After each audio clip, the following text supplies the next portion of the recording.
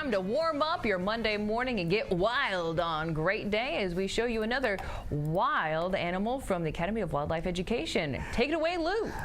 You're bringing back some memories of my childhood here. We're here with Ron DeArmond from the Academy of Wildlife Education at Merle Mall. And look at this creature here. This, ladies and gentlemen, is an endangered species here in the state of Iowa. Yeah, their numbers are definitely on the decline. This is the tiger salamander. What's cool about tiger salamanders is they're the world's largest land salamander, and they're native to Iowa. But unfortunately, what we've been putting on the soil affects our amphibian population, and the numbers of tiger salamanders are actually on the decline in Iowa. At one time, now, where would you find these things here in the state? Well, back when I was a kid, after a rain, these guys would come out and be all over the place. No and way. You just go pick them up. But nowadays, after a good rainstorm, you just don't see salamanders and newts out anymore. Okay. So, and the reason they call them tiger salamanders, in case you did not see it, they've got the bars. And take a look at the side here. Well, and one of the other reasons they call it a tiger salamander is, believe it or not, this is a predatory animal. I mean, if they can fit it in their mouth, they're going to eat it. Mostly, they're going to eat earthworms and stuff like that and grubs. But they're fairly aggressive as far as the salamander community goes. We was hoping we'd be talking about the January thaw and spring right around the corner. It's 25 below zero wind chills and stuff. But the amphibians, they're all holed up under the frost line right now. And so they're doing quite well. A lot of people don't realize that when you're working with amphibians, they're actually toxic. And that's, they can breathe through their skin and stuff. They have to be moist and all. And these guys here, their tails are almost deadly. If you used to, bite into one of those, it would not result well. But that's one of the reasons that if you find your dog playing with a toad and he bites into a toad and starts to foam up, looks like he has rabies, it's because of the toxins. Now, is that for most amphibians then? All amphibians. All amphibians. All amphibians are toxic to some degree. And so after you get done working with amphibians, you definitely want to wash your hands. All right, so explain how other creatures can eat frogs and things like that and not get sick. Well, they're just immune to it and stuff. That particular species. Right, and again, nature, there's a balance in nature. There's predator and prey, and even what's classified as a predator has some type of another animal that could keep their numbers in check. Okay. And so, and that's what we call the balance of nature. When the human element is taken out of it, it works just fine. But when people are involved, which is going to happen, then we have to get involved in wildlife management, and as far as taking care of the soil, taking care of the water, it all comes down to what people are going to do for the environment. Now, if the tiger salamander is endangered, what about newts? Well, absolutely. All the amphibians in Iowa are having difficulty. We even have the DNR does a frog survey that people can volunteer to be a part of, to where they're looking for a particular type of frog that they identify by its call, and you get trained to identify the call and go out and survey for frogs. And it's people just don't think about that. Amphibians are the key indicator to the health of an ecosystem. And when your amphibian numbers start to crash, then you've got some real problems coming. And worldwide, we're seeing a decline in amphibian populations because of the toxins that we're putting on the earth that get into the watersheds and stuff like that. Now, speaking of amphibians, this cold spell that we've had here, it has to be doing some damage to the amphibians. Well, and again, it just depends on the condition of the environment that they're hibernating in.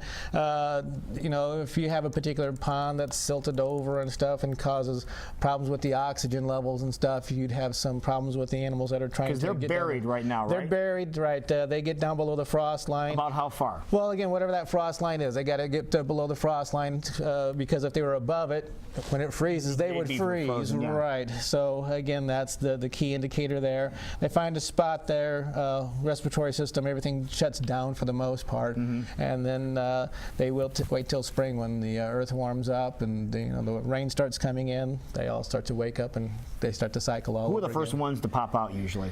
Usually you hear the what we call the spring peepers. You listen for those first frog calls, and that's an indicator that spring's around the corner. And I've been amazed sometimes of how cold it actually is, and you'll hear what we call spring peepers, chirping and stuff like that. So you listen for the frogs. So in reality, a frog would be a better indicator of what the weather's going to do, and better than a groundhog.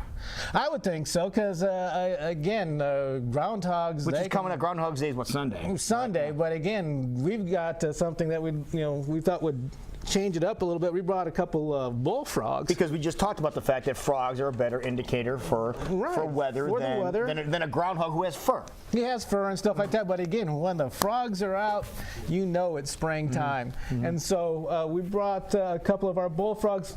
They're awesome animals. Okay, so we need to get Jackie and Jason involved here because we got a couple of bullfrogs. Now tell everybody what we're going to do. Okay, we're going to have a frog jumping contest, and Lou, you'll have a frog, and Jackie will have a frog, and we have an official meteorologist here to determine the winner.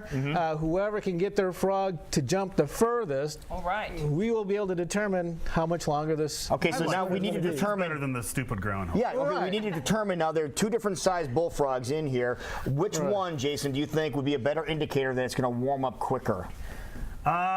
Let's go with the big one for the warm-up. Big one for the big warm-up. Okay, big for the more temperature. The reason is there's a better chance because he seems to have bigger leg muscles. All right, so we'll get the bullfrog. Are you afraid to touch frogs? No. Okay. You ready? Probably should have asked that before.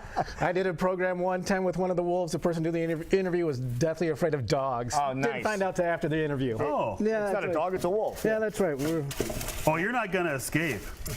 Okay, so give me the small frog here. You get the small frog. All right. Okay, I got him. I got him here. Give the big one to Jackie. Jackie. Oh, I'm mediating. You're the mediator. It's going to jump toward Jackie. So you got to hang on to him good, dear Jackie. Okay, get on the ground side here. by side. Okay. Get your frogs ready.